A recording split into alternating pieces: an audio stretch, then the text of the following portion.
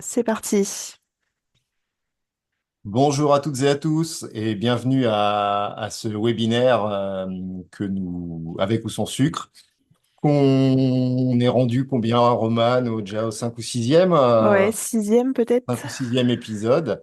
Voilà, donc vous êtes toujours assez régulier, présent pour ces webinaires et on est heureux de vous accueillir sur ces temps de parole qu'on ouvre à des structures ou soit entreprises, associations, pour vous parler des problématiques actuelles. Alors aujourd'hui, on a décidé de parler imprimeur, impression, un sujet qui vous concerne globalement à peu près tous, puisque vous êtes en charge des éditions dans vos structures, bien souvent. Et on va parler aujourd'hui, on reçoit David Douillet de la société Handyprint, qui est une société basée dans la Manche et qui est une imprimerie engagée dans une démarche RSE. C'est vraiment une valeur forte de l'entreprise. Et voilà, on souhaitait aborder ce sujet-là parce que c'est vrai que Romane est présente ici et vous savez, c'est notre grande référente, grande spécialiste au sein d'OTN et elle accompagne les offices de tourisme sur ce sujet-là. On porte un certain nombre au niveau de un certain nombre d'actions au niveau de la fédération sur le sujet-là et il nous paraissait cohérent de l'aborder dans le cadre d'un webinaire et de faire ce pas de côté. C'est vrai qu'on a l'habitude de discuter des sujets entre nous et là, on souhaitait voilà, faire ce pas de côté, faire intervenir un professionnel, vraiment une entreprise qui est spécialisée sur le sujet pour parler de tout ça. Donc voilà, je vais faire très court sur l'intro. Je vais laisser tout de suite la parole. Alors, Roman, je ne sais pas si tu souhaites faire un petit mot d'accueil sur le sujet ou sinon on laisse directement la parole à David. Non, juste très rapidement, donc bonjour à tous aussi. En effet, on a souhaité faire intervenir David Douillet de la société Handyprint sur ces questions de RSE et notamment ça s'intègre dans le cadre du challenge Gertadoc qu'on a lancé en novembre sur la gestion plus responsable des éditions.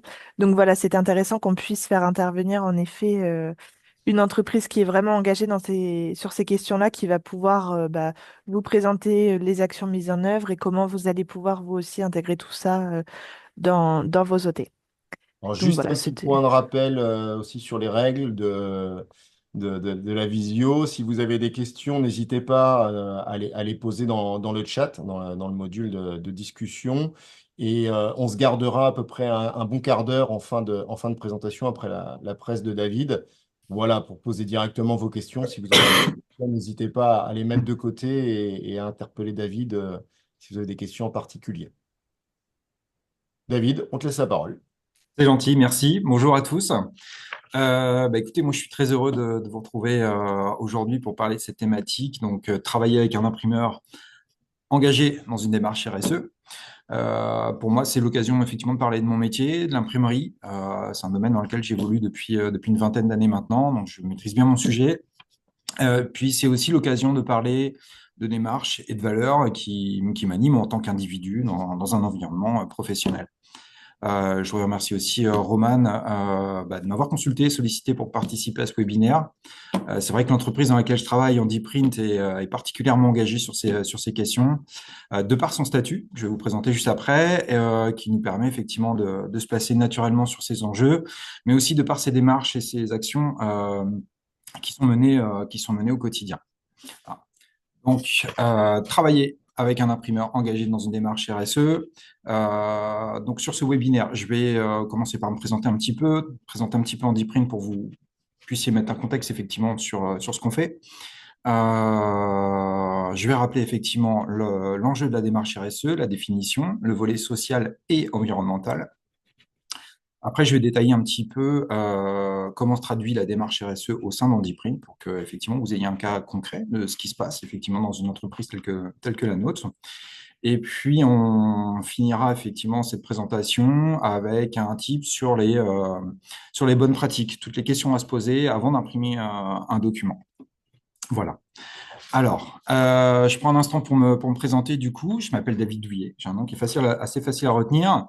Je suis un pur produit de l'imprimerie. Ça fait 20 ans que je fais ça, comme je vous disais.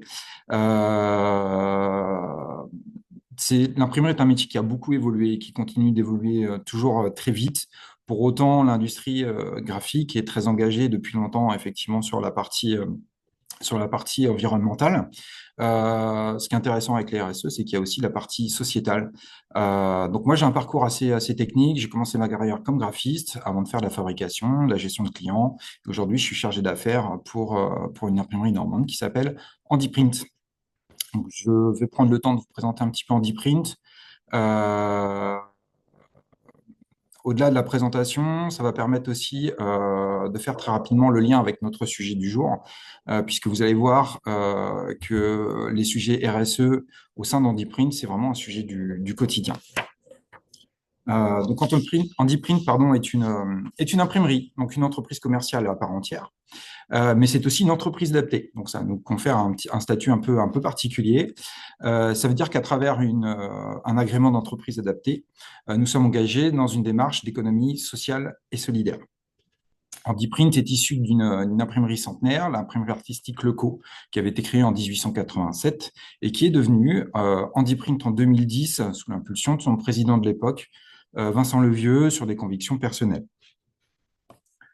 Donc, HandyPrint, en quelques chiffres, donc depuis 2010, nous sommes aujourd'hui arrivés à environ 250 collaborateurs, dont 160 en situation de handicap. Donc, c'est un vrai modèle à part entière.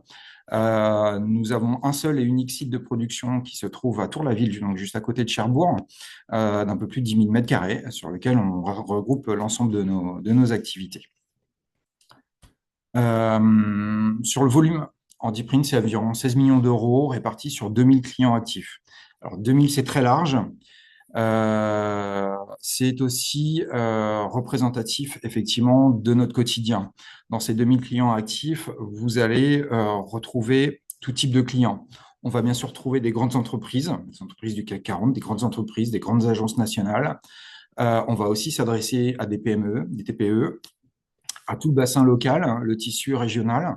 Ce qui fait qu'effectivement, au quotidien, on est amené à traiter des sujets très importants, comme des petits sujets, mais qui ont leur importance aussi à leur échelle, avec des clients plus ou moins importants. Donc, c'est vrai que dès qu'on est sur des outils de communication, on peut s'adresser à HandyPrint, qu'on soit un très gros faiseur national ou un petit faiseur local dans une démarche locale. Notre activité, elle est relativement large. On a un profil très polyvalent. Donc, la base de notre métier, c'est bien sûr l'imprimerie et HandyPrint s'est développé avec ses clients sur un certain nombre de métiers annexes, mais complémentaires à notre métier initial, pour offrir effectivement un panel le plus large possible. Ça fait partie aussi maintenant de l'enjeu pour tous les imprimeurs qui veulent continuer d'exister, de subsister, puisque notre métier est quand même en difficulté depuis quelques années avec les volumes d'impression qui ont plutôt tendance à baisser. Donc, le côté pluridisciplinaire est un réel enjeu, effectivement, si on veut continuer notre activité et continuer d'apporter effectivement notre service aux clients. Donc, notre métier à la base, donc c'est plutôt l'impression offset et numérique. Donc, on est ce qu'on appelle une imprimerie de labeur. Donc, on est amené à éditer, imprimer tous les documents de communication, de marketing, de valorisation, effectivement, à travers des catalogues, des brochures, des plaquettes, des dépliants, des affiches, des flyers, etc., etc. Tout ce sur quoi vous êtes effectivement amené à travailler. On a également un département routage sur lequel on fait du dépôt poste. Toute une partie signalétique, PLV, packaging. Alors, on regroupe là trois activités en même temps, mais c'est parce que si la partie imprimerie traditionnelle a tendance à baisser en termes d'activité, les clients sont de plus en plus demandeurs, notamment pour l'événementiel, sur tous les besoins PLV, signalétique. Et on essaye de développer effectivement la partie packaging qui correspond à certaines attentes pour nos clients. On a également deux autres départements très industrialisés que sont les étiquettes adhésives et les calendriers. Les étiquettes adhésives vont s'adresser à tous les industriels, agroalimentaires, cosmétiques, etc. On va faire l'étiquette de bière, l'étiquette pour du cidre. Voilà, ça, dans notre région, ça a un petit peu de sens. On va faire également des étiquettes pour des boîtes de médicaments, des choses comme ça. Les calendriers, on va parler de calendrier bancaire. Clairement, c'est une activité, à l'exemple d'autres activités chez HandyPrint, qui s'est développée ces dernières années, qu'on a créé de toutes pièces parce qu'il y avait des attentes de la part de certains clients. Donc, on parle de calendrier bancaire. Les principaux clients et les plus gros clients, effectivement, sur ce domaine-là, sont les agences bancaires et assurances. Pour tout ça, effectivement, on propose en plus un service de stockage logistique qu'on couple avec une plateforme de commande en ligne. C'est-à-dire que globalement, on propose à nos clients d'avoir un magasin sur lequel ils peuvent se connecter, sur lequel ils peuvent voir leurs produits, soit les produits qu'ils vont fabriquer, soit les produits qu'ils ont en stock. Et à travers cette plateforme de commande en ligne, ils vont pouvoir gérer leurs besoins, soit pour faire du picking sur les produits en stock, soit pour passer des commandes. Et ça, c'est lié effectivement directement avec notre entrepôt logistique qui a une capacité de 3000 palettes. On est également concentré et investi sur la rénovation et la prise en charge de déchets électroniques et électriques, donc avec ID3E. Et puis, on répond aussi à tout un tas de prestations sur site, de reconditionnement et d'autres sujets pour certains clients particuliers. Enfin, on a une partie donc pré-impression sur la partie que j'ai oubliée, effectivement, l'agence de création intégrée. Donc, on a une équipe de 5 personnes qui nous permet effectivement de proposer nos services d'agence auprès de nos clients. Alors, pour revenir un petit peu à notre sujet, les présentations faites, je vous propose de revenir effectivement dans un premier lieu sur la définition de la RSE. Qu'est-ce que c'est?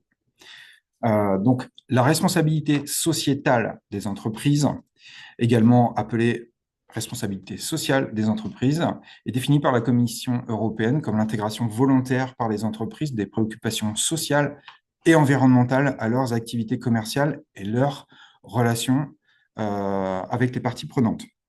Donc ça, c'est le contexte, c'est la définition officielle.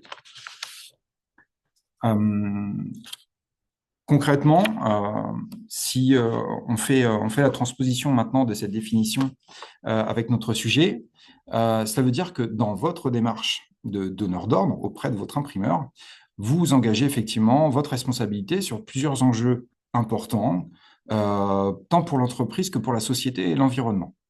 Donc, les principaux, ça va être bien sûr la réduction de l'impact environnemental.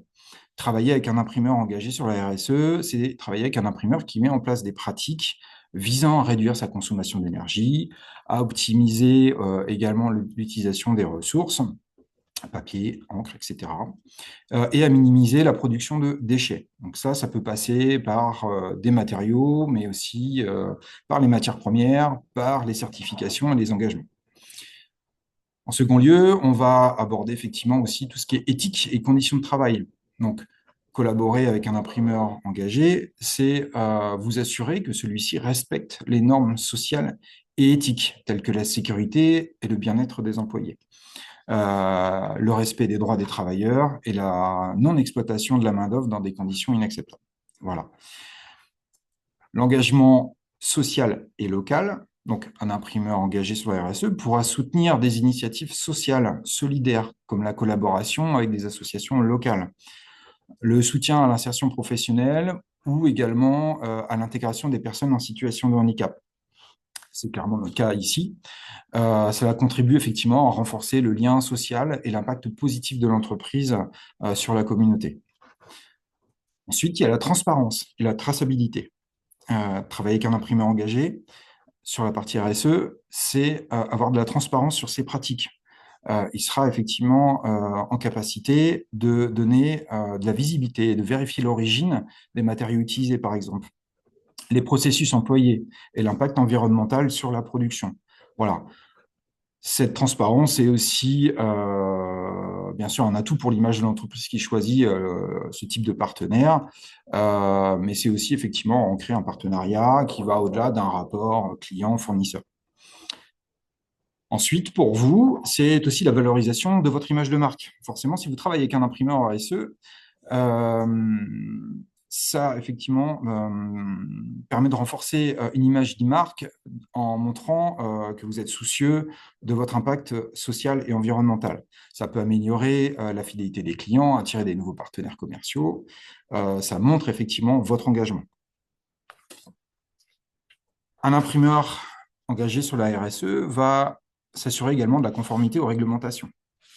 L'engagement RSE, c'est aussi la garantie de travailler avec un imprimeur qui se confirme aux réglementations en matière environnementale et sociale, ce qui protège l'entreprise contre les risques juridiques ou financiers liés à des pratiques non conformes.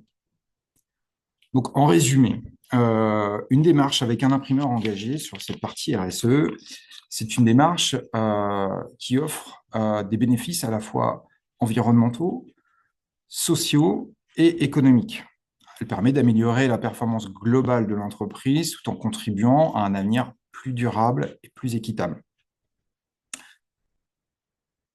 Moi, concrètement, les clients auprès desquels je peux travailler sur cette question de la RSE, effectivement, j'entends trop souvent auprès des décideurs, des acheteurs, des gens qui ne parlent de la RSE uniquement sur le volet environnemental.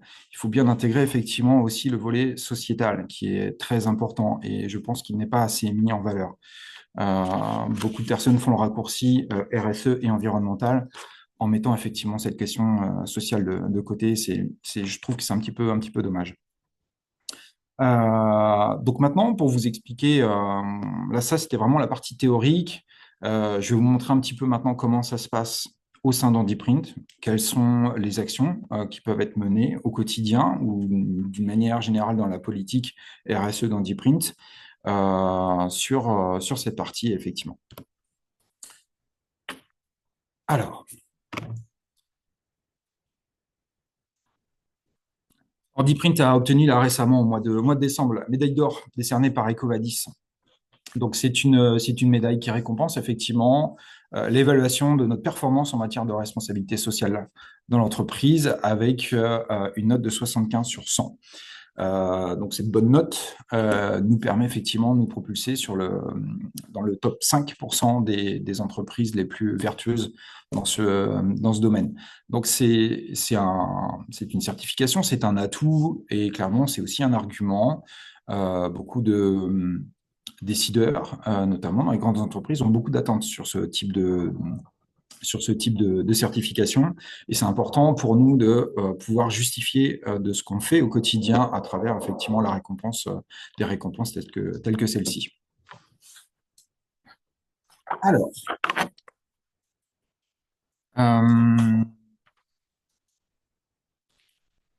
donc, chez HandiPrint, notre mission repose sur des valeurs fondamentales d'inclusion et de diversité. Comme j'ai dit dans mon introduction, dans ma présentation, nous sommes une entreprise adaptée, au-delà d'être une imprimerie. Donc, on croit fermement, effectivement, au potentiel de chaque individu, quelles que soient ses différences. C'est pourquoi nous avons mis en place une politique inclusive, favorisant l'intégration et le développement des compétences de nos collaborateurs. Donc, pour ça, on a un index d'égalité salariale.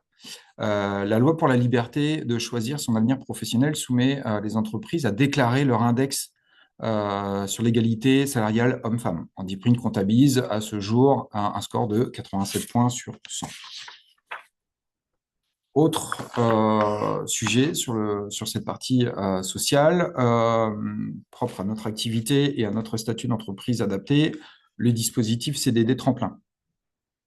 Le CDD Tremplin, c'est un dispositif spécifique qui permet de favoriser l'insertion professionnelle des personnes en situation de handicap. Donc, il s'agit d'un contrat de travail à durée déterminée proposé par des entreprises adaptées telles que la nôtre, avec un double objectif, faciliter l'accès à un emploi durable. Donc, en fait, ce contrat va servir effectivement de tremplin pour permettre aux travailleurs handicapés d'acquérir des compétences, une expérience professionnelle, dans le but de faciliter leur transition vers un emploi durable dans une entreprise classique ou vers tout type d'autres contrats. Ensuite, ce CDD tremplin va permettre d'accompagner le salarié dans son projet professionnel. L'entreprise adapte et propose un accompagnement individualisé et un environnement adapté aux besoins spécifiques du salarié en situation de handicap. Donc ça, c'est un autre sujet. Et toujours sur ce volet social, au sein d'HandiPrint, on a un pôle d'accompagnement. Le pôle d'accompagnement, donc là, on va au-delà de notre mission d'entreprise adaptée, a pour mission d'assurer le suivi socio-professionnel des salariés en situation de handicap dans l'entreprise, pendant tout leur parcours, du sourcing jusqu'à la sortie. Il est constitué d'une chargée d'accompagnement, euh, référente sur site extérieur et de 2 conseillers en insertion professionnelle, des CIP. Il réalise des sourcings des futurs salariés en situation de handicap et le suivi des stagiaires. Chez Handiprint, les entretiens sont basés sur la motivation, les appétences et les compétences de la personne. Ce service dispose d'une salle de formation ainsi qu'une pièce adaptée à l'écoute de tous les salariés. Le chargé d'accompagnement, lui, il est dédié à l'accompagnement des salariés en situation de handicap. Donc, il intervient dans le cadre des prestations de services, des sites industriels pour les clients d'Handiprint. Les CIP aident et guident les collaborateurs en situation de handicap dans les démarches de la vie courante et de l'insertion dans le monde du travail. Donc, ils apportent effectivement des réponses individualisées auprès du salarié en tenant compte de multiples dimensions de l'insertion. Donc, c'est effectivement, ça va être l'emploi, ça va être la formation, le logement, la santé, la mobilité, les accès aux droits. Voilà. Enfin, sur cette partie sociale, on va parler de la garantie sur la santé et la sécurité au travail. Donc, nous veillons à ce que chaque poste de travail soit adapté aux besoins du salarié en situation de handicap. Qu'il s'agisse d'équipements spécifiques ou d'ajustements horaires, notre objectif est vraiment de garantir leur confort qui nous permettra derrière d'avoir de toute façon une efficacité au quotidien. Donc ça, c'était effectivement pour la partie sociale. Ce que je vous ai présenté à l'instant, ce ne sont que quelques exemples. Il y a d'autres actions qui sont menées en parallèle. C'est vrai que le statut d'Handiprint comme entreprise adaptée est tout à fait particulier et nous oblige, par rapport à une entreprise classique, à avoir effectivement des méthodologies peut-être un petit peu différentes. Mais en tout cas, ça fait partie pleinement, on va dire, des valeurs de l'entreprise, d'aller même au-delà finalement de ce que sont nos obligations d'entreprise adaptée. Et vraiment, notre objectif, c'est que la personne en situation de handicap se sente le mieux possible chez nous. Et in fine, si demain, effectivement, on peut avoir des personnes qui nous remettent leur démission pour aller rejoindre une entreprise tout à fait classique, c'est qu'on aura réussi effectivement notre mission de ce côté-là. Donc ensuite, sur la partie RSE, mais cette fois-ci sur l'axe environnemental, un imprimeur a de multiples possibilités de s'engager effectivement sur les valeurs environnementales. Le premier sujet, ça va souvent être les certifications, les labellisations. Donc pour les papiers, pour vous, clients, vous avez la possibilité d'avoir un imprimeur qui va être certifié sur les processus FSC, PEFC. Donc ça, c'est vraiment le papier, l'origine du papier, la traçabilité et le fait de travailler avec des fournisseurs qui vont être dans une gestion durable de l'environnement. Vous allez avoir aussi, par exemple, le certificat Imprime Vert. Donc, le certificat Imprime Vert engage votre imprimeur sur un certain nombre de critères qui attestent effectivement de l'engagement de l'entreprise sur le secteur de l'impression en faveur de l'environnement.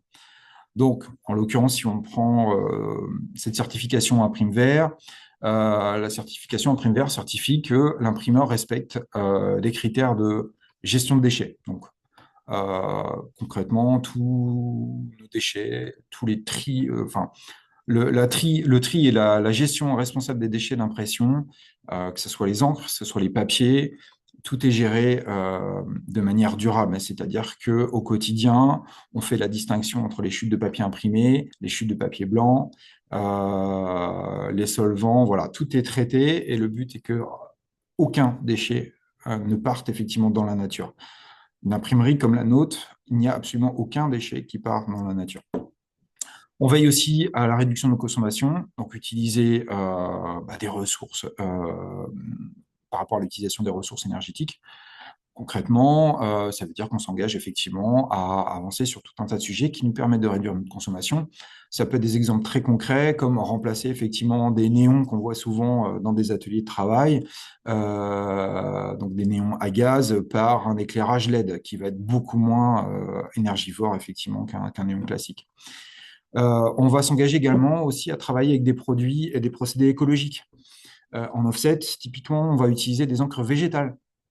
On va pouvoir vous faire des préconisations pour utiliser des papiers recyclés ou issus de forêts à source responsable. Donc là, on revient effectivement sur une certification FSC, PEFC.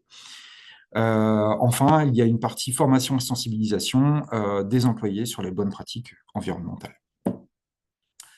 Sur cet axe environnemental, toujours, on va essayer de limiter donc notre impact sur l'environnement à travers l'usage de matières premières recyclées et recyclables. Donc, nous favorisons les matériaux recyclés dans nos procédés de fabrication. Donc, ça, c'est plutôt la recommandation auprès des clients. En sachant effectivement que les papiers aujourd'hui qu'on utilise en impression offset ou numérique sont recyclables à plus de 90%. Les cartons que nous utilisons pour le conditionnement viennent d'un processus de carton recyclé. Ensuite, on va veiller à l'élimination du plastique dans nos activités. Donc, l'investissement dans des banderoleuses pour faire de la mise sous bandcraft, par exemple, peut aider effectivement à favoriser cette action. On va également maîtriser notre utilisation de produits chimiques. Donc, nous engageons à maîtriser les risques liés à l'utilisation des produits chimiques dans nos différentes activités à travers notre labellisation Imprime Vert. Donc, éliminer tant que possible les produits dangereux et ne rien rejeter, effectivement, comme je vous disais tout à l'heure. En ce qui concerne notre démarche plutôt locale, Handiprint est engagé à recycler et valoriser ses déchets avec la société Encore, qui se situe pas très loin de chez nous, que peut-être certains connaissent. Nous collaborons avec l'entreprise manchoise Encore dans la collecte de la revalorisation de nos déchets. Aujourd'hui, ce ne sont pas moins de 5 flux de déchets qui sont récupérés chez Handiprint par Encore, donc le bois, l'aluminium, le plastique, le papier et le carton. Les déchets papier-carton sont reconditionnés par un ESAT local avant d'être recyclés et transformés en carton recyclé ou en papier toilette, vendu notamment dans les biocoop et les entreprises de la région. On va veiller également à préserver la biodiversité. Donc, en l'occurrence, pour cette action-là, Handiprint s'est tourné vers l'entreprise Sieptel pour faire installer des ruches sur notre terrain. Le but est de contribuer à la sauvegarde de ces insectes et effectivement de favoriser la biodiversité. Donc, un apiculteur local se charge d'entretenir et de récupérer notre miel. Cette collaboration avec Sieptel et l'installation de ruches sur notre site sont des étapes concrètes qui nous permettent effectivement un avenir plus durable et respectueux de la nature. Enfin, je voulais vous parler d'un certificat que nous venons juste d'obtenir. C'est le Climate Cake que vous voyez sur ce slide. Le Climate Cake nous permet effectivement d'obtenir un outil de calcul conçu spécifiquement pour l'industrie graphique, donc qui permet d'évaluer l'empreinte carbone de ce que nous faisons au quotidien dans nos activités et sur les produits imprimés que nous fabriquons, donc de la conception jusqu'à la livraison. Ça, clairement, ce certificat Climate Cake qui était très attendu par certains de nos gros clients, effectivement, qui veulent avoir cette traçabilité, qui veulent avoir cette visibilité sur la manière dont ils consomment leurs produits imprimés et pour pouvoir justifier, effectivement, de travailler effectivement avec un imprimeur engagé et qui va maîtriser effectivement ce bilan carbone. J'espère que je ne vais pas trop vite et que tout le monde me suit. Donc en résumé, si on doit se poser la question pourquoi travailler avec Handiprint, en tout cas pourquoi travailler avec une entreprise adaptée, eh bien c'est faire le choix de travailler avec un imprimeur qui va favoriser l'inclusion socio-professionnelle des personnes en situation de handicap, qui va favoriser l'économie sociale et solidaire, la préservation de l'environnement, la promotion des valeurs humaines et sociales. Et donc, petit tips particulier donc, sur notre statut d'entreprise adaptée, ça va vous permettre de réduire votre contribution à la GFIP ou la FIP. Voilà. Je voulais m'arrêter un instant aussi ici. Vous voyez clairement que quand vous faites le choix de travailler avec un imprimeur engagé sur les sujets de RSE, pour nous, imprimeurs, il y a énormément de travail qui en découle. En choisissant Andiprint ou un imprimeur local, vous nourrissez aussi une économie circulaire, sociale et solidaire. Donc, peut-être que effectivement vous travaillez avec une entreprise adaptée ou votre imprimeur habituel, vous avez cette visibilité-là. Vous pouvez effectivement demander à vos partenaires locaux, habituels, de vous présenter toutes les démarches sur cette partie RSE, et ça, c'est un gage aussi pour vous de votre engagement sur cette partie-là. Certains, je vois beaucoup de nos clients aussi qui ont, avec l'essor d'Internet, ont tendance effectivement de temps en temps à commander des produits imprimés sur des imprimeries en ligne. Il y a des grands noms, Vistaprint, etc. On peut en citer certains. Ils ont leur légitimité, ces imprimeurs-là ont tout à fait leur légitimité, effectivement, de leur présence sur les différents marchés. Attention néanmoins, l'engagement RSE de ce type d'entreprise est beaucoup moins évidente et surtout, vous aurez beaucoup moins de traçabilité. Donc, si c'est un sujet pour vous, un enjeu de pouvoir choisir un partenaire engagé sur ces sujets de RSE, les imprimeurs en ligne, je mets un petit bémol, il faut faire attention parce que c'est vrai que parfois on peut être tenté avec l'argument économique qui va vous permettre d'économiser 20 ou 30% par rapport à un imprimeur local. Mais là, dans ces cas-là, vous fermez les yeux effectivement sur la provenance de votre produit imprimé et surtout de la manière dont il est produit. Donc c'est une petite parenthèse, mais qui est importante effectivement parce que vous avez face aux imprimeurs traditionnels comme Andiprint ou comme d'autres, effectivement, qu'il y a sur le bassin normand, le choix, effectivement, de travailler avec des imprimeurs en ligne. Il y a des imprimeurs en ligne qui sont très bien, d'autres où, effectivement, il faut faire attention avec qui on travaille. Et quand, effectivement, vous recevez des colis qui viennent de Bulgarie ou de pays de l'Est, il faut se poser effectivement les bonnes questions. David, il y avait une petite question dans le chat Oui, par rapport à un climat de calque. oui. Est-ce que c'est l'empreinte de l'imprimeur qui est évaluée ou est-ce que c'est celle de la brochure commandée? Dans le détail, c'est un peu les deux, en fait, effectivement. C'est-à-dire que nous, on doit montrer, entre guillemets, patte blanche sur la manière dont on produit pour justifier notre bilan carbone. Et on doit avoir aussi la capacité de calculer le bilan carbone du produit que nous imprimons pour le client.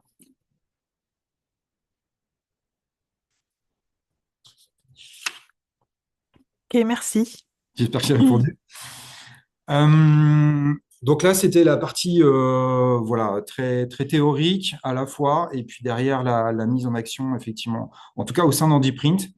Vous, maintenant, en tant que donneur d'ordre, à partir du moment où vous allez consulter effectivement un imprimeur, il y a tout un tas de questions effectivement à se poser. Certains sont très à l'aise sur ces sujets-là, d'autres un petit peu moins.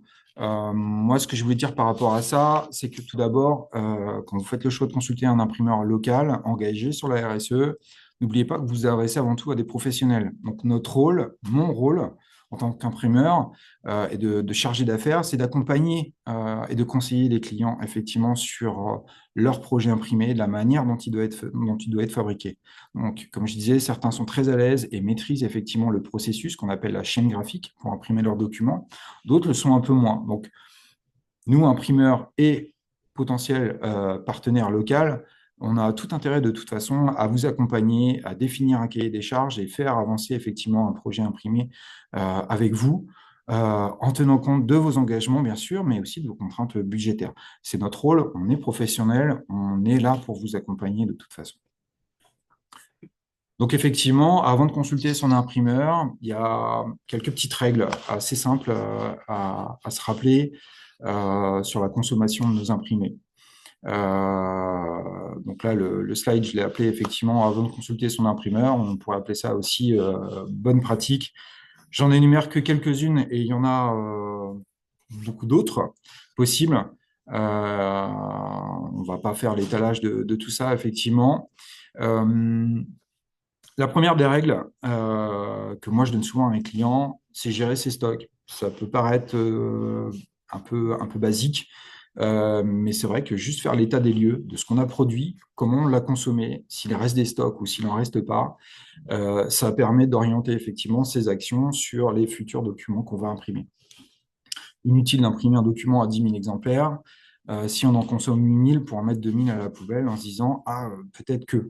Le peut-être que, bien souvent, il n'est pas justifié. Donc, essayez de maîtriser effectivement votre consommation, regardez sur les années précédentes ce qui s'est passé.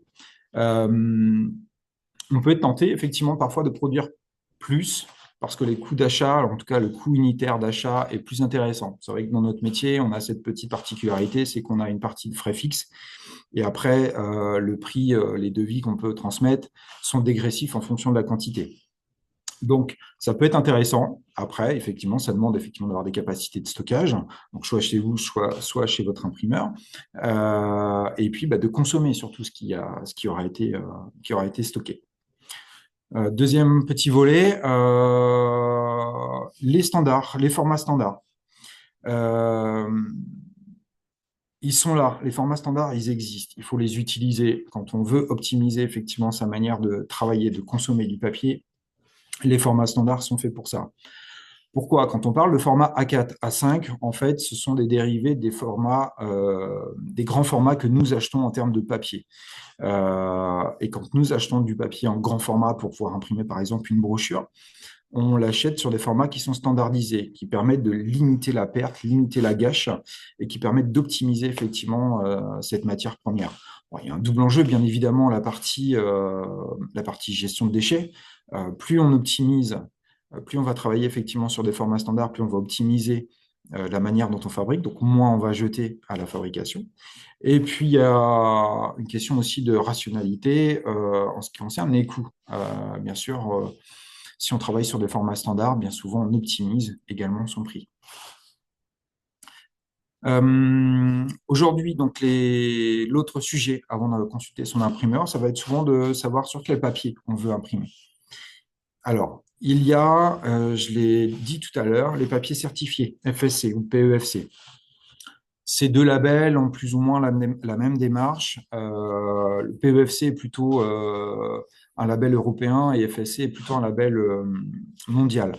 Le FSC est un petit peu plus technique pour nous en termes d'engagement. Pour vous, clients, ça ne change pas grand-chose. En tout cas, il faut le faire. Moi, j'invite tous les clients, à partir du moment où ils impriment, effectivement, à utiliser et à valoriser le fait qu'ils travaillent avec des papiers qui sont issus de forêts gérées durablement. C'est très important globalement si on parle uniquement des forêts européennes. Et je rappelle que le papier ne coupe pas d'arbres. L'industrie papetière ne coupe pas d'arbres pour fabriquer du papier. C'est l'industrie du bois qui coupe les arbres et nous récupérons, nous, les déchets. Mais globalement, les entreprises, pas du tout les entreprises, les forêts européennes se portent plutôt bien. Elles sont même croient de 20 à 30% sur ces 40 dernières années. Donc les forêts se portent très bien, mais notamment avec l'utilisation de ces labels. C'est pour ça que c'est très intéressant et c'est très utile de les utiliser. Et quand on imprime, toujours essayer d'orienter effectivement son choix de papier vers un papier qui va être certifié. Alors aujourd'hui, chez la plupart des distributeurs et papetiers, on va dire 95% des papiers ont cette certification FSC ou PEFC ou les deux. L'autre grand type sur le papier, ça va être bien sûr le papier recyclé. Je l'ai dit un petit peu plus tôt, le papier, effectivement, est recyclable à plus de 90%. Ça fait une matière qui est extrêmement intéressante à travailler et à réinjecter effectivement dans l'économie circulaire et environnementale en recréant effectivement un nouveau papier à partir de la matière première qui a été consommée. Il a plusieurs inconvénients, le papier recyclé. Le papier recyclé aujourd'hui, forcément, il y a de moins en moins d'imprimés, de consommés. Donc, la matière première en elle-même a plutôt tendance à disparaître. Donc, on se retrouve parfois avec des ruptures sur les papiers recyclés, il faut le savoir. Alors, sur les petits tirages, c'est pas forcément significatif. Sur les tirages plus conséquents, il faut faire attention et vérifier avec son imprimeur que le papier recyclé qu'on aura choisi sera bien disponible chez le fournisseur pour ne pas se retrouver en rupture. Sur les papiers recyclés, vous avez deux grandes familles. Il y a les papiers recyclés blancs. Donc là, c'est pas forcément évident de voir que c'est des papiers recyclés. Donc là, vous avez tout intérêt à axer votre communication sur le fait de le dire tout simplement que vous utilisez un papier recyclé. Et puis, il y a les papiers recyclés où clairement ça se voit, puisque les papiers ils sont un peu jaunâtres, un peu gris. Voilà, donc là, ça se voit effectivement sur l'aspect. Vous n'êtes pas obligé de le dire, du coup, vous avez utilisé un papier recyclé, mais ça va se voir. L'autre inconvénient sur les papiers recyclés, ça va être le prix. Je suis obligé d'en parler parce que même quand on a affaire effectivement à des gens qui sont très engagés sur cette partie environnementale et qui font le choix d'utiliser un papier recyclé, et c'est tout à leur honneur, bien souvent il y a aussi la contrainte du prix. Un papier recyclé est 20 à 30% plus cher qu'un papier classique. Donc bien sûr, si on imprime un flyer à 200 exemplaires, ça c'est pas méchant, ça va pas se voir. Par contre, si on imprime une brochure 48 pages à 10 000 exemplaires, ça risque d'être beaucoup plus conséquent sur le montant qui figurera en bas du devis. Donc voilà, ça c'est le premier blocage qu'on va souvent avoir sur les papiers recyclés. Donc voilà pour la partie pour la partie papier. Et puis moi j'incite toujours effectivement les clients à essayer de trouver effectivement un partenaire local. Tous les imprimeurs ne se valent pas, n'ont pas les mêmes capacités en ce qui concerne le panel de produits, les capacités sur les quantités, etc. Mais c'est vrai que favoriser un partenaire local, c'est favoriser l'économie locale, l'économie circulaire, l'emploi local. Donc c'est aussi très important de ce côté-là. Sur la partie conception graphique, là aussi on est dans le concret. Il y a quelques petites choses à savoir, surtout vous, effectivement, en tant que communicant, vous allez chercher à valoriser effectivement vos territoires. Donc, c'est important pour vous toucher la cible la plus large possible. Donc, pensez à utiliser la méthode Falk. Je ne sais pas si vous connaissez ou pas cette méthode de mise en page, mais c'est une méthode qui consiste à faciliter la lecture et la compréhension pour tous, par tous et pour tous. Effectivement, vous allez vous adresser à tout type de public, des personnes âgées, des jeunes, des actifs. Toute votre cible, effectivement, sur laquelle vous pouvez vous concentrer au quotidien. Et dans cette cible-là, vous pouvez avoir des gens, soit, si on reprend effectivement notre activité, soit des personnes en situation de handicap, soit tout simplement des personnes, si on prend les personnes âgées, qui vont peut-être avoir des difficultés de lecture, etc. Vous pouvez aussi vous adresser à des personnes qui sont dyslexiques, des personnes qui ne savent pas très bien lire. Donc, il y a quelques petites règles comme ça sur les concepts de mise en page. Utiliser des textes non justifiés, utiliser des pictogrammes. Les pictogrammes peuvent être très intéressants, par exemple, concrètement, quand vous allez vouloir vous adresser à un public étranger. Si vous éditez une brochure qu'elle n'est pas traduite, avec des pictogrammes, enfin, je veux dire, vous mettez des pictogrammes sur un plan. Si c'est un plan où vous mettez un pictogramme avec des toilettes, tout le monde comprend que c'est des toilettes. Donc, c'est des petites choses comme ça, finalement, la méthode Falk.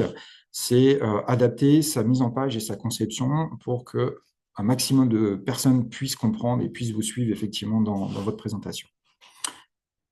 Sur la partie environnementale, on va conseiller effectivement dans la conception des mises en page de limiter les bendés. Alors, pour ceux qui ne savent pas ce que c'est que les bendés sont ces gros placards de couleurs. Je ne parle pas des images ou des photographies qu'on va pouvoir vouloir mettre en pleine page, mais plutôt des gros placards de couleurs, les fonds unis, bleu, rouge, vert, etc., qui vont consommer beaucoup d'encre. Voilà, si on fait un petit peu attention effectivement à sa consommation d'encre, on va effectivement limiter les bendés. En plus, ce n'est pas forcément ce qui facilite le plus la lecture et la compréhension de vos documents. Donc voilà, il y a plein de gestes dans votre manière d'appréhender effectivement les documents que vous allez imprimer qui peuvent être pris en compte. De la conception, en passant par le choix de votre prestataire, jusqu'à effectivement votre cahier des charges sur le document que vous allez imprimer. Vous ne pouvez pas effectivement tout maîtriser, mais effectivement, je le redis, travailler avec un partenaire local et un imprimeur engagé, c'est aussi normalement avoir un interlocuteur qui est capable de vous accompagner sur ces sujets-là, qui va être capable de vous conseiller, qui va être capable de vous dire effectivement qu'il faut travailler de telle ou telle manière. tout en maîtrisant effectivement son budget. Voilà, je vous remercie beaucoup de votre attention. C'est vrai que les enjeux sociétaux et environnementaux sont de plus en plus présents dans notre société. C'est aussi une manière à veiller à ce que nous allons laisser effectivement en termes d'impact sur les générations futures. Moi, je suis très heureux effectivement avec Handiprint de pouvoir accompagner mes clients sur ces questions-là. Je vous remercie en tout cas à tous de votre attention sur ce webinaire et puis je vous souhaite effectivement une belle journée et je me tiens à votre disposition pour la suite des échanges si vous avez effectivement d'autres questions que le Climate Cake. En effet, il y a quelques questions qui sont arrivées dans le chat. Flora a posé 2 questions. Si je décide de travailler avec vous pour imprimer une brochure spécifique, seriez-vous en mesure de me fournir des informations sur mon empreinte écologique par rapport à une impression traditionnelle chez un imprimeur qui ne suit pas de démarche RSE comme la vôtre? Alors, ça dépend de quelle manière on veut le justifier. Oui, dans le sens où effectivement, Handiprint, en tout cas, est suffisamment structuré pour pouvoir justifier effectivement de tout l'impact environnemental dans ses activités. C'est-à-dire qu'on a de la traçabilité maintenant sur à peu près tout. Il faut savoir que chez nous, on a une personne dédiée effectivement à ce sujet de RSE qui travaille à plein temps sur tous les sujets effectivement liés à la RSE, donc y compris cette partie bilan carbone, calcul, etc. Donc oui. Sur les formats, y a-t-il d'autres formats que le A4 et A5 sur les formats standards? Non, ce sont les plus souvent utilisés. Sur les flyers, on va souvent utiliser les A6. Quand on parle du format A5, alors le vrai format A5, c'est 148,5 par 210. Quand vous arrondissez à 150 par 210, il y a pas péril dans la demeure, tout va bien, vous inquiétez pas. Mais non, non, c'est vrai que les formats standards sont très importants. A4, A5 notamment, effectivement, dès qu'on va être sur des documents pliés ou des documents qui vont être brochés, donc des brochures, des catalogues, c'est vraiment les formats les plus utilisés. Et il y a de bonnes raisons pour ça. Dès qu'on sort de ces formats-là, de toute façon, vous avez des contraintes sur le papier. Pour nous, en termes d'imprimeur, en format d'achat, potentiellement, ça va être un peu plus cher pour vous parce que ça va être des formats non standards. Donc, nous, le papier qui n'est pas standardisé en termes de format, on va le payer aussi plus cher. Et puis, il y a cette notion de gâche que j'expliquais un petit peu tout à l'heure. Si on travaille un format qui n'est pas optimisé, potentiellement, on a plus de gâche dans le papier qu'on va utiliser. Donc, c'est dommage parce qu'on va jeter une partie de la matière et puis cette matière, on l'aura payée. Donc, non, c'est vrai que les formats, c'est assez standard. De toute façon, quand on est sur les brochures, sur les catalogues, sur les dépliants, voilà, les dépliants, c'est souvent du 10-21. Donc, le 10-21 lui-même est un format dérivé du format A4. Donc, tout est lié. De toute façon, lorsque vous allez consulter un imprimeur sur un sujet, je vais dire n'importe quoi, vous demandez effectivement à faire une brochure sur un format 22-31. L'imprimeur, s'il réfléchit un petit peu, il va vous proposer forcément un devis. Alors, si vous voulez absolument ce format, il va vous faire une étude sur ce format-là, mais il va forcément vous conseiller de passer aussi sur le format 21-29, donc à savoir A4, parce que ce sera beaucoup plus intéressant pour vous en termes d'économie.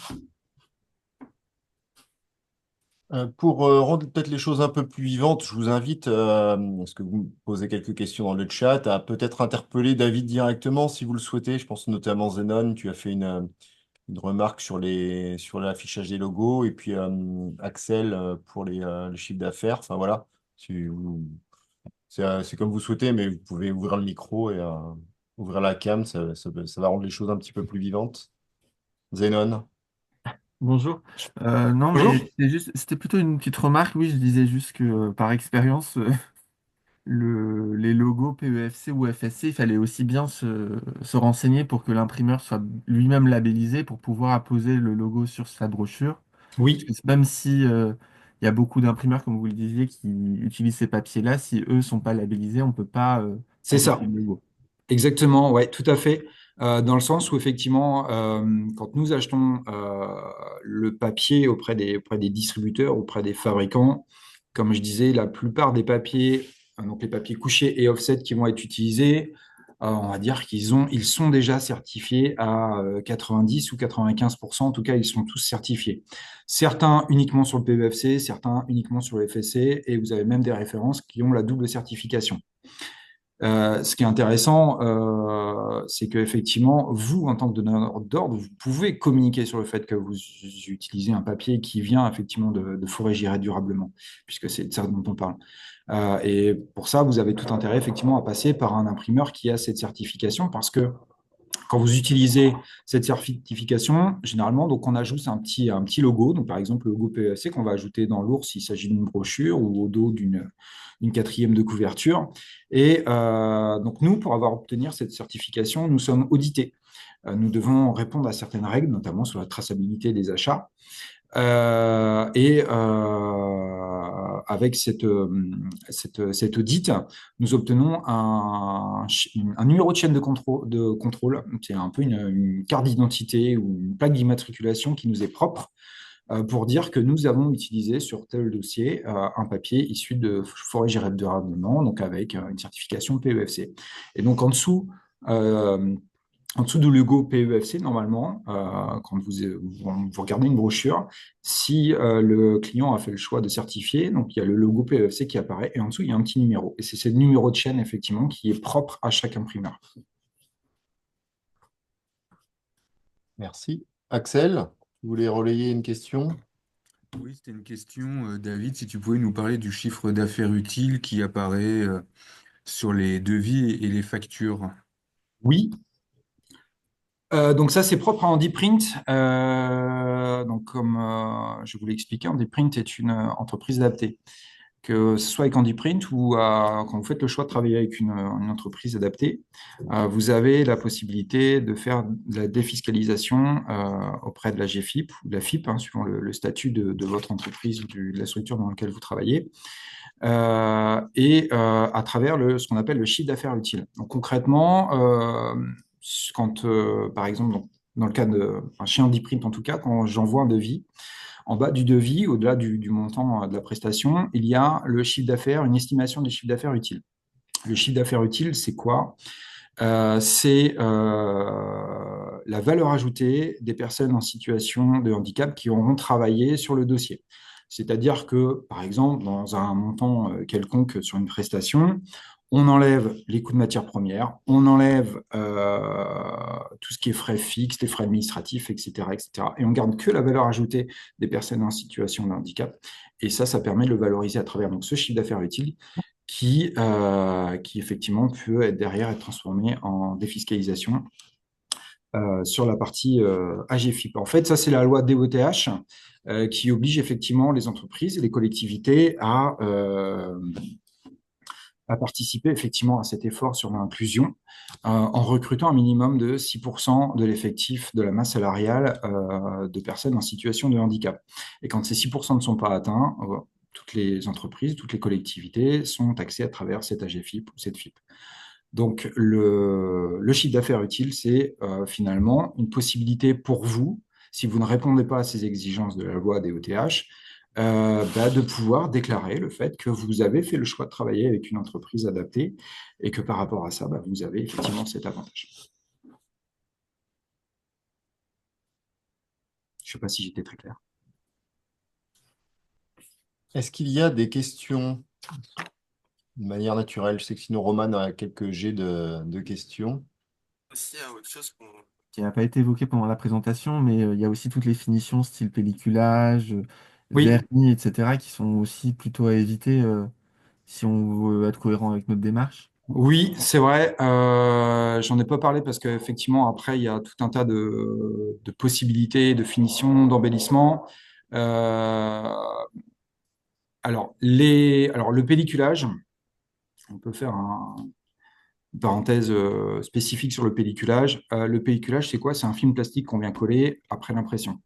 Donc, concrètement, alors c'est une matière qui est recyclable, mais quand on est dans le processus de recyclage du papier, ça demande des efforts particuliers pour séparer effectivement les fibres papier de cette partie plastique.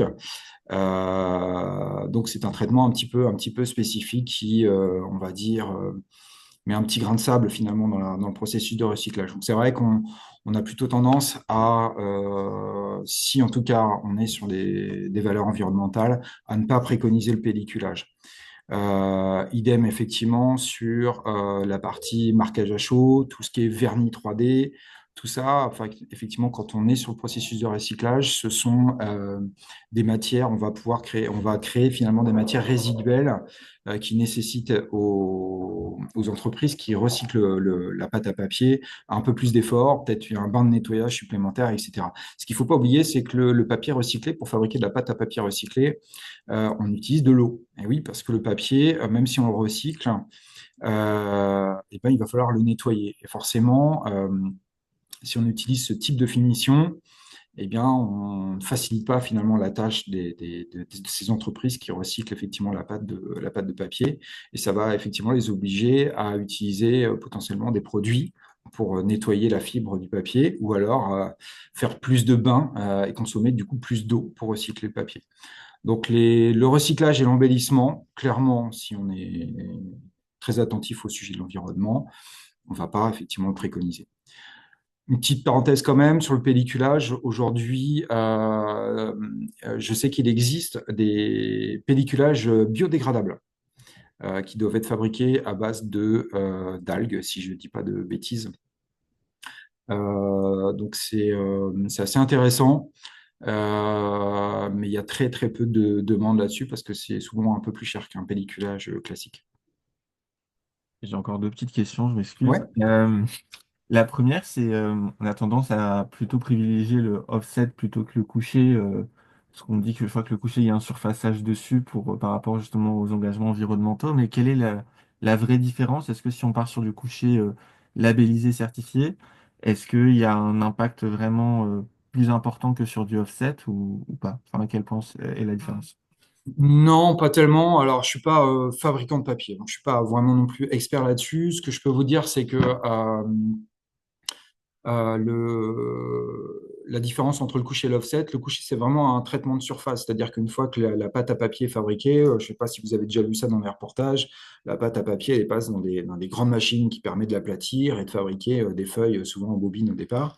Le coucher, finalement, c'est juste un aplatissement de la surface. C'est pas, ça rentre pas tellement en ligne de compte. Peut-être que ça y participe, mais je vous avoue, je maîtrise pas bien la fabrication du papier. Par contre, ce à quoi vous pouvez vous être sensible, on peut parfois être tenté d'utiliser des papiers très blancs. Alors, les papiers très blancs vont vous permettre de mettre effectivement en valeur peut-être un travail de photogravure et de photographie qui aura été fait, soit avec un papier offset, soit avec un papier couché. Ce qu'il faut savoir, par contre, dans les papiers très blancs, souvent les papiers les plus blancs, si on les regarde bien à la lumière du jour, ils ont plutôt des tendances à aller vers le bleu. Pourquoi? C'est parce qu'en fait, ils ajoutent des azurants pour rendre effectivement visuellement le papier plus blanc. Et dernière petite question, c'est plutôt pour la livraison et du Oui. coup le paquetage. Est-ce Hum. que vous, à Handiprint, vous avez des recommandations ou comment vous faites avec vos clients? Parce que c'est vrai que quand on voit la quantité de carton qu'on a tendance à jeter, sans parler des films plastiques qui entourent nos brochures, Ouais. est-ce que vous avez une petite solution à ça?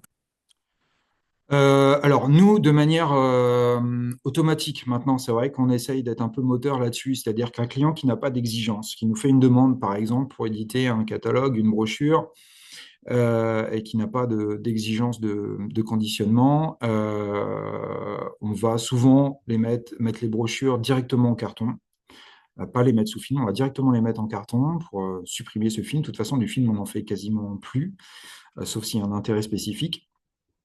Et quand il y a besoin de faire du paquetage, par exemple, des pliants, les mettre par paquet de 100 ou 200 pour pouvoir faciliter la distribution derrière, eh bien, on va faire du paquetage sous Bandcraft, tout simplement. Donc, c'est ce qu'on fait un petit peu par défaut maintenant. C'est-à-dire qu'un client qui ne demande rien, eh ben, on va préconiser naturellement, effectivement, un paquetage sous Bandcraft. Donc, je rappelle que le papier craft est une matière recyclée et recyclable. Et on standardise un petit peu comme ça. Le paquet film, de manière standard, aurait plutôt tendance à être supprimé. Il peut avoir un intérêt uniquement si vos documents sont amenés à être mis dans des stocks et à être conservés un certain temps. Le film va protéger potentiellement vos documents imprimés de l'humidité, de la poussière, voilà, de l'environnement extérieur. Sinon, en dehors de ça, il faut essayer d'éviter effectivement la partie mise sous film. Merci beaucoup. Je vous en prie.